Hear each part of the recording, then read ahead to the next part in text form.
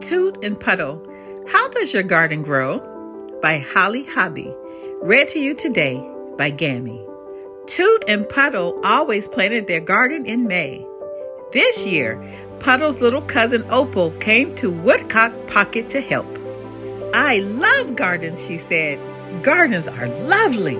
They planted loads of lettuce.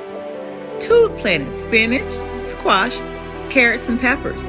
Puddle planted beans and beets, plus pumpkins and popcorn. Last of all, Opal planted sunflowers and morning glories and crazy colored zinnias. Each morning they went out to see how everything in the garden was growing. At the end of the day, they admired the garden in the evening light. It's beautiful, Opal said. I can't wait until we're picking things and eating them, said Toot. Well, we have to wait, Puddle said. One morning, Puddle noticed that some lettuce leaves had been nibbled up. Something likes our lettuce, he said. What could it be? Opal asked. I think we have an uninvited visitor, said Puddle. We'll build a fence, Toot said decisively. Gardens need fences. The next morning, more lettuce leaves were missing. How did it get in? Puddle wanted to know. What can we do? Catch it, said Toot, who was absolutely furious. They hadn't tasted the lettuce themselves yet. Catch it, Opal asked in a worried voice. Maybe it won't come back, she suggested. Whatever it was, maybe it will just go away. Let's wait and see, Puddle said calmly. The next morning, there was less lettuce than ever. Toot couldn't believe his eyes. Outrageous, he fumed. Opal said, I think there's still enough for everyone.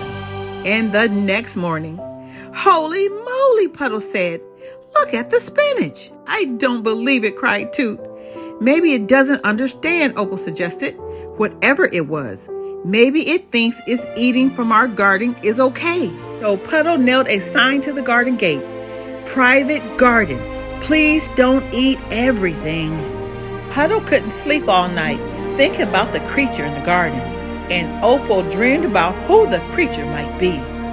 The next morning, almost all the bright green leaves of spinach were gone. Toot said, I'm going to stay up all night and catch whoever is devouring our garden. You can't do it alone, said Puddle. The night was cool and bright. The three gardeners waited and watched for hours. At last, I think I see something coming, Toot whispered. Where? There, Toot said, from the woods. Opal shivered. Oh no, she muttered. No, no, no. It's coming, Puddle said. Whatever it was. It took the longest time to reach the garden gate. Very slowly, it climbed up the post and plopped thud into the garden. They watched as it waddled through the rows of vegetables. It's eating our spinach, Puddle whispered. Attack, Toot cried, and he raced from the garden, flourishing his hoe. Toot! Puddle called after him. Be careful, don't hurt it. Toot ran around the vegetable thief of Woodcock Pocket in a wide circle. Stop that, he shouted. Away with you. Yes, away with you, Puddle cried, catching up with his friend. Opal did not remain behind. Excuse me, she called boldly. Do you know you are in Toot and Puddle's garden? The creature just went on munching leaves of spinach as though no one else was there. It made mumbling, grunting sounds of contentment. What can we do? Puddle asked. You're under arrest, Toot shouted. He waved his hoe in the air, but their unwanted visitor didn't seem to notice. As dawn was breaking, the bulky, prickly intruder moseyed out of the garden, ambled across the yard, and disappeared into the woods.